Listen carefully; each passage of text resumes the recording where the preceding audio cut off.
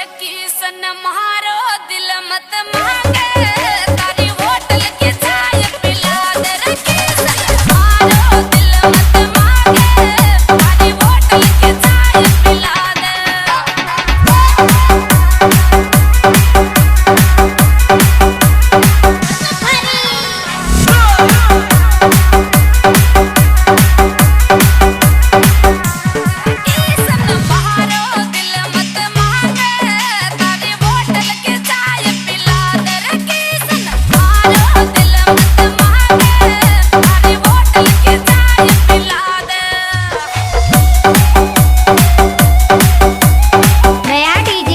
सुनने के लिए चैनल को सब्सक्राइब करें और बेल आइकन को प्रेस करें।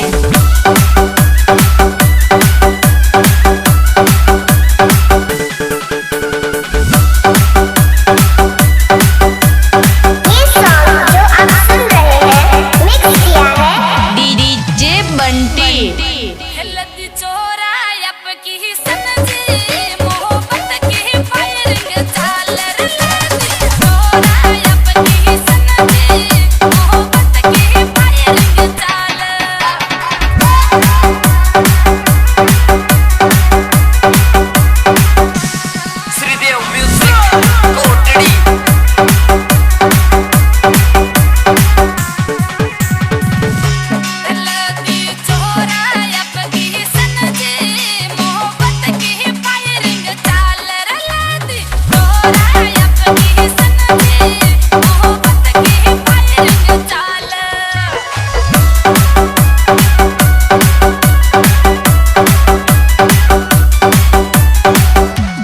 डीजे कुंदन कुंदन कुंदन रोदा थारा रे चक्रा में मैं छत मेरी मुकुट की रोदा थारा रे चक्रा में मैं छत मेरी मुकुट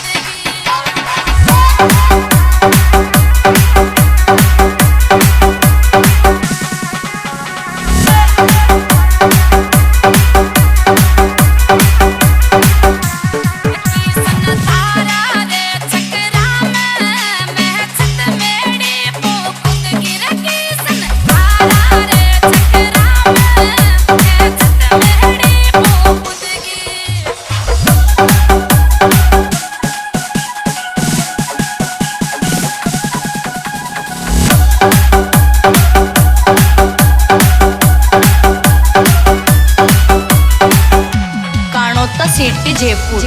मैं आऊं ले रहे पाछी जाटा कर कर जे बेट मैं तो आऊं ले रहे पाछी जाटा कर कर जे बेट।